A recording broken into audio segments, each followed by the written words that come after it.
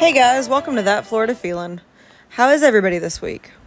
I hope everybody's having a good week. I know it's been kind of rainy, stormy where I am, but you know what? That's just the time of Florida we're in. I would say carry an umbrella, but if you're like me, your umbrella just sits in the floor of your car, and it just kind of stays there. Never to be actually opened or used the right way. Actually, I got asked by somebody the other day, well, why don't you use an umbrella? And my best response was, well, you didn't turn waterproof when you were 18? Just don't be like me on that one. But yeah, just look out for those afternoon storms. Some of them can get pretty bad. Remember, though, if you hear thunder and you're on the beach, go inside. Go get a drink. Go get some, just don't stay on the beach. It's not worth it. Thanks, everybody, for listening to the podcast. You guys are awesome, as always. Thank you. Without you guys, I wouldn't be doing this. Today, I want to tell you about a really cool small town in Florida that has an amazingly rich history. I'm talking about Vero Beach. Vero Beach is actually the county seat for Indian River County, and it's about halfway down the Atlantic coast of Florida, 30 minutes south of Melbourne, and maybe 45 minutes north of Port St. Lucie. Kind of in no man's land in there, but it's beautiful. It's amazing. It's the second most populated county in Indian River County, and the coast that it's located on is called the Treasure Coast. By the way, I have to say that I'm doing this episode thanks to Michael. He'll understand when he hears this. So this podcast is for you because of what we talked about.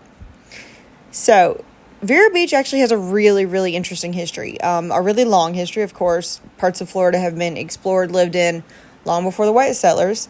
But Vero Beach kind of has a longer past, or at least a proven longer past. The area includes parts of a human skeleton that were found just north of Vero Beach that were from the Pleistocene era. That's right. Really, really, really long time ago. The skeleton also had remains of animals with them, animals that have been long since extinct, like mammoths and giant sloths. This find was actually made in 1915, and that's about the time that this town was really starting to grow. And it was actually really controversial at the time. The skeleton was named Vero Man, and many believe that the skeleton was much younger than originally believed. They didn't believe there was any way that this had came from the Pleistocene era. There was no way.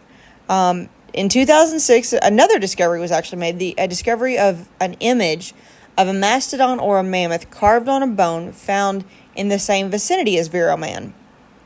Now, this bone was given full scientific forensic examination. They were determined to know exactly when this was from, and they found that the carving probably really had been done in the Pleistocene era, like originally thought. So, this area has got a much longer history than I think most people realize that Florida even had. Excavations in this area are actually still going on, and they've actually had a couple different groups digging. The most recent is Florida Atlantic. They joined the group's dig in 2015-16, I believe. And they're really just looking to see if there's any more fossils or artifacts that can be found involving the history of not only this area, but of Florida. Now, the discovery of Vero Man isn't the only thing that kept people coming to Vero Beach and what's known as the Treasure Coast. The Spanish had always been coming to this area. Of course, they claimed Florida back in the 1500s and explored the area, mainly looking for the Fountain of Youth and gold. Well, in 1715, the reverse kind of happened. 1715 was actually a really bad year for the Spanish, but it was a really, really good year for the Treasure Coast of Florida. A Spanish treasure fleet wrecked just off the coast of present-day Vero. 11 out of the 12 ships carrying tons of silver and other types of treasure, such as gold, were wrecked and grounded because of a hurricane. Not surprising, you live in Florida, you know that during 6 months out of the year, there's hurricanes. Well, this was one of those 6 months out of the year times. The silver wreck attracted everyone from the Spanish to the looters to pirates looking for this treasure. The Spanish wanted to salvage it, and the pirates were looking for quick cache of treasure. And actually, the pirates kind of made quick work of the site.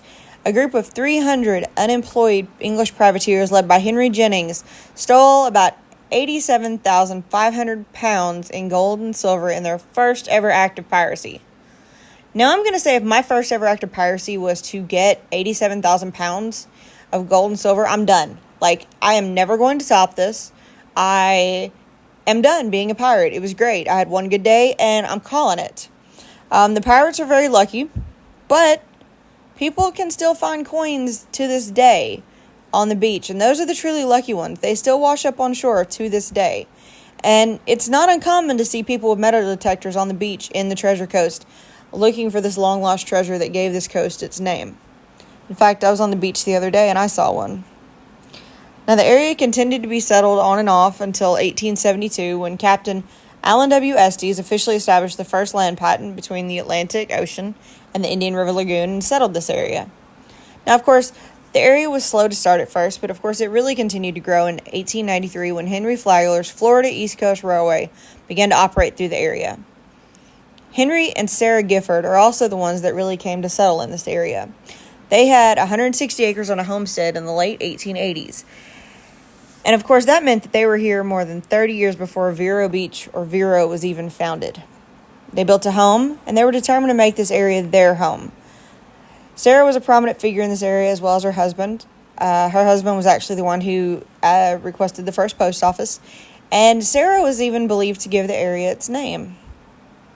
Now, the Giffords really did make this place their home. They built a 2-story house to work for their homestead and live as a family. And the house has a long history. It was used as a house, a post office after the post office was established in 1891, a general store, a ticket office for the railroad, many other things. The house actually still stands to this day in Vero Beach. It has survived hurricanes, tropical storms, and development in the area, but it is still standing. So when was the town of Vero officially founded? Well, it was officially chartered on June 13th, 1919. And the town was originally in St. Lucie County. Now, you have to remember, Florida hadn't been a state for a long time at this point. So they were still growing, developing, chartering towns, and creating counties. Now, the town officially took the name Vero Beach, so it was originally just Vero. And it took the name Vero Beach, and it became the county seat in June of 1925 when Indian River County was officially formed. It split from St. Lucie County. I don't know why I always want to call it Port St. Lucie County, just because Port St. Lucie's in St. Lucie County. I know, it's probably just me. But Vero had many people that helped make it a town. Herman Zerk was another person who really helped develop the area to what would become Vero Beach. He was from Iowa, and in 1911 he purchased land to start a citrus operation. And he grew this operation. It actually did really well in his first year. And in 1912 he formed the Indian River Farm Company. He did so with partners William Kimball and R.D. Carter. By the way, these families, they still live in Vero Beach today. Another man that helped put Vero on the map was Waldo Sexton. Waldo Sexton really did help to settle Vero and create it to what it was and what it still is to this day. Sexton was a real estate developer in the area that also had his own successful citrus grove. He also was known to create attractions. Waldo came in 1914 and purchased lands for groves that were, again, very successful. Waldo also had the habit of collecting unusual things and being a beachcomber, which means he would come to the beach for any such kind of finds or anything unusual. And he actually built the Driftwood Inn out of driftwood from the beach and other materials he found. And in doing this, he probably thought it was just for fun, but he actually helped make Vero a tourist destination in the area when people would start to come to Florida for the winters. Thank you, snowbirds. The land boom was happening because we hadn't yet had the Great Depression. And people were really starting to take their road trips, ride the railroad, see things, get outside, and go to new places, and really to explore Florida. Florida was like the new frontier. The Driftwood Inn actually still stands today in Vero Beach, and it's on the National Register of Historic Places. It's one of the really cool places in the town, and I recommend checking it out when you're in town. Another really cool place, the McKee Jungle Gardens, actually came from an Ohio industrialist, Arthur McKee's love of tropical plants. He studied these plants all his life, he loved them, and he wanted other people to be able to experience why he loved them. So he actually opened McKee Jungle Gardens with business partner Waldo Sexton. Again, Waldo is very responsible for putting Vero on the map. Arthur and Waldo opened the Jungle Gardens in 1929.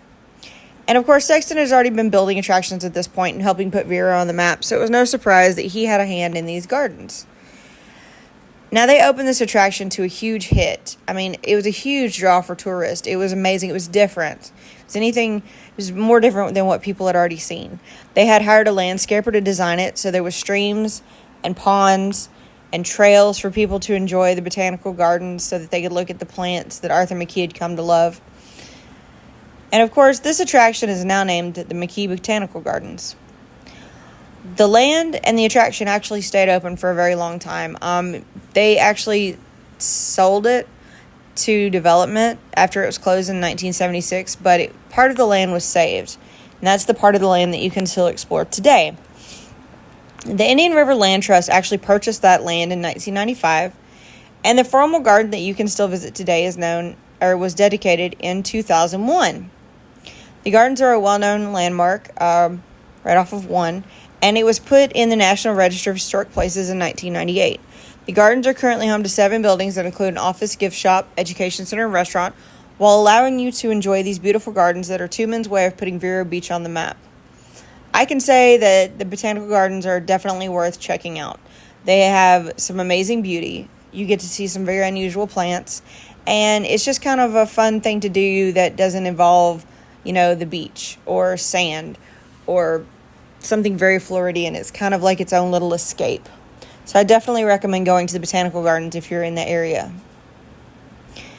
Another good year for Vero was 1948, when the Dodger Town came to Vero Beach. Now you're like, what is Dodger Town?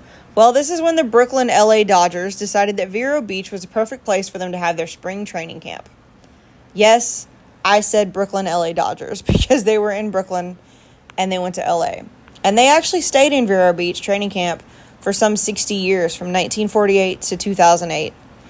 2008 was a sad year for Vero Beach. That's when the Dodgers decided that they were going to move from the Grapefruit League to the Cactus League out in Arizona. The complex had been home to them for 60 years, and it was also home to the Vero Beach Devil Rays. Unfortunately, when the Dodgers left, the Devil Rays weren't far behind them. They were sold in 2009 and never returned to the town. Now, the complex is a historical complex, and it still stands, and it's actually under the control of the MLB.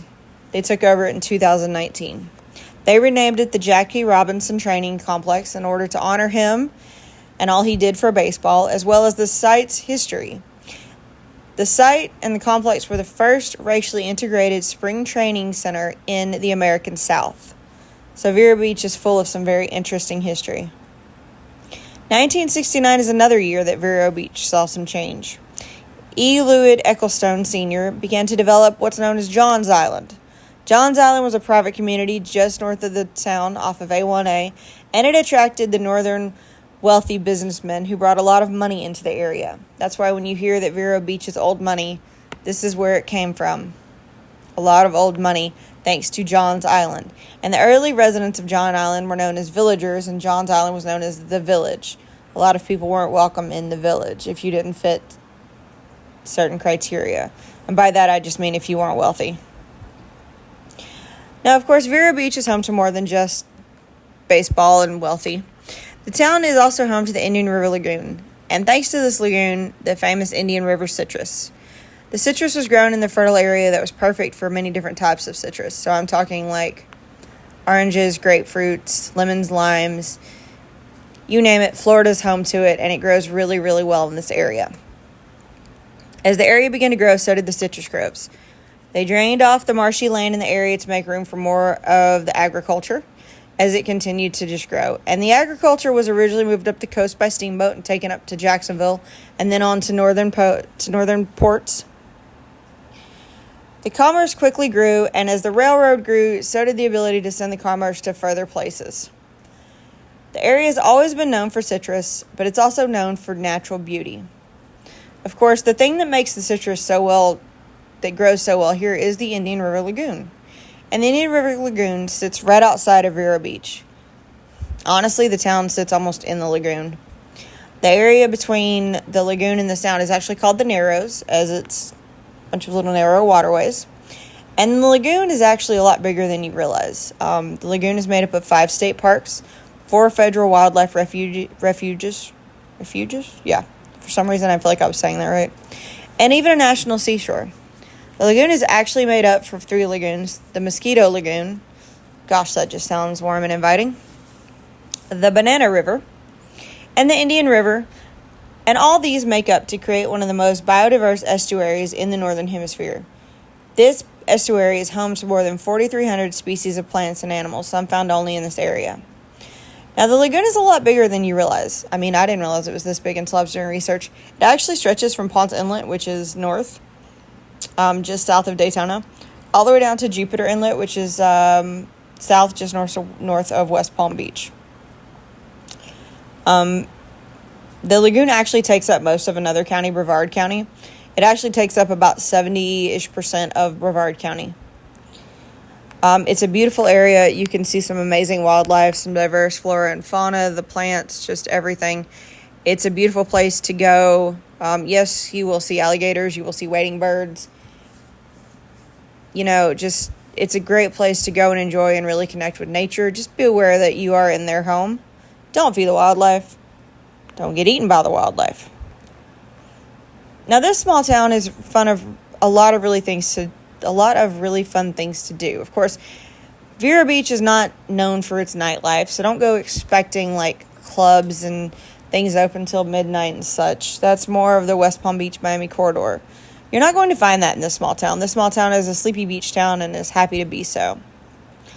You can find the historic Driftwood Inn, the gardens that I told you about, the historic Vero Railroad Station, the old Indian River County Courthouse, and many other places packed full of beauty and history for a town that is just over 100 years old.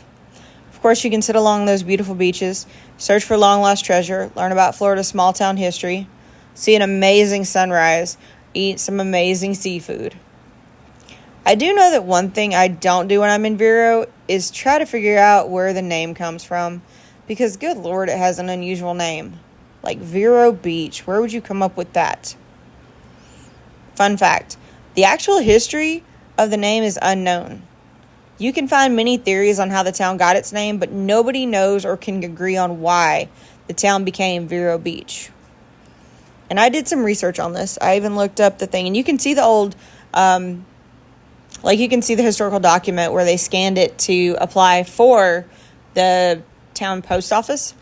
And in the town where it says name, it almost looks like he wrote 0. And the post office fixed it with Vero, but nobody really knows why. One theory is that it was named after Vera, the wife of Henry Gifford, which is the man that turned in the paper for work for the town post office and really helped settle the town on that 160-acre homestead. The only problem is like I said earlier, Gifford's wife's name wasn't Vera, it was Sarah. So maybe they messed up Sarah? Who knows? A theory that I think is funny is that it was originally named 0. Like I said, on the piece of paper he wrote Vero Beach, but the postmaster messed it up and thought it was Vero. I find that funny because I've heard Vero Beach called 0 Beach for a long time, and it really is a quiet beach town. There's not a lot of nightlife. A lot of things close by 8 or 9. It's a little quiet town. It's full of really good people, some really good citrus, one amazing church that I love going to, and just, a quiet little beach town. Honestly, they don't even allow high-rises on the beach. Like, you go stay on the beach and you won't see anything past, I think, maybe 3 stories. They really want to preserve their history and quietness here in this Florida town. The next theory is that Vero is named after 2 Italian cities, Venice and Verona. And due to the post office asking applicants for new post offices to shorten their names as of 1894, they combined them to create Vero. I don't really buy that, but whatever. One theory that got floated around that it was named after the Latin word veritas, which means to be truth or for sure. And I'm sure that every Boondock Saints fan is yelling that at me right now. But they think that actually might be the closest truth. Because veritas is Latin, and Sarah Gifford was known to love Italian culture and actually spoke Latin. So she might have very well chosen this name as the truth, or, something of her truth for being here. Another one is the Spanish word vero, means fur-bearing animal, such as an otter, and the Indian River was home to numerous otters at one time. Maybe that's where they saw it. The Portuguese word Vero means summer climate. Now that one actually makes sense. It's Florida. It's kind of like year-round summer. I could see that one. This one also makes sense that Vero might have been named after Florida's first Catholic Archbishop, Augustine Vero, it's actually spelled like, it looks like Verot, but it's Vero. He was actually the Archbishop in St. Augustine from 1870 to 1876 until his death. He was actually in Florida for most of his life. He was born in 1804, and he died in 1876. He was well respected in the area, and Vero would have been under the Diocese of St. Augustine when it was first founded, as there weren't many Catholic churches in this area. One theory even says that Flagler himself accidentally gave the town its name because as he was updating people about his progress on the railroad, most of the letters were signed Veritas, which again, truth, or to be sure, or in his case, possibly progress. The funniest reason, and possibly also the least plausible reason, is that people say it's named Vero because hurricanes tend to veer away from the area. I just think that sounds stupid. But yeah, apparently that's a reason. I don't buy that as plausible. Definitely the funniest, but no. Just no. But honestly, who knows how the town got its name? I can, however, tell you it's a town we're visiting. I have a lot of fun stories from Vero. Watching the sunrise, eating with friends over the sound, eating overpriced pasta on the beach, or even sitting on the beach as a bobcat went running past, much to the surprise of everyone and probably the bobcat. The town is a great place to visit to see a beautifully untouched beach. You can collect shells, you can surf for treasure, you can eat amazing seafood, but you do have to watch out for Florida Man.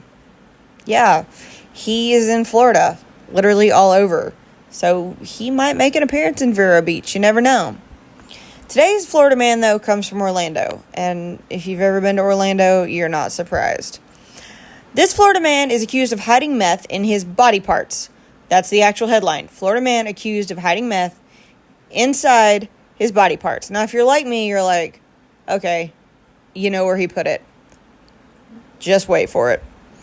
Florida Man named, and this name, I laughed for like 5 minutes.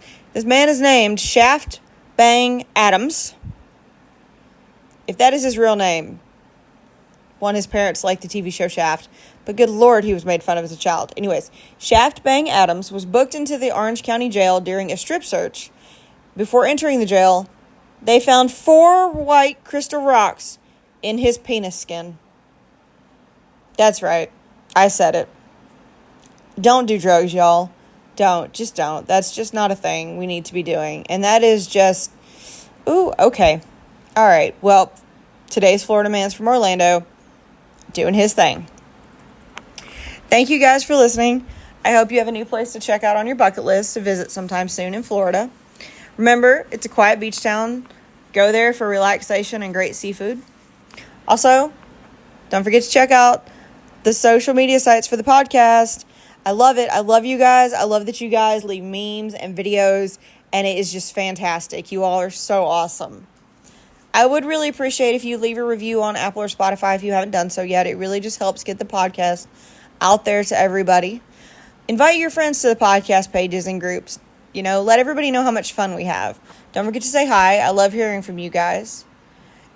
Drink water, wear your sunscreen, carry that umbrella whether you use it or not. At least you got it with you. And as always, guys, that's your daily dose of sunshine.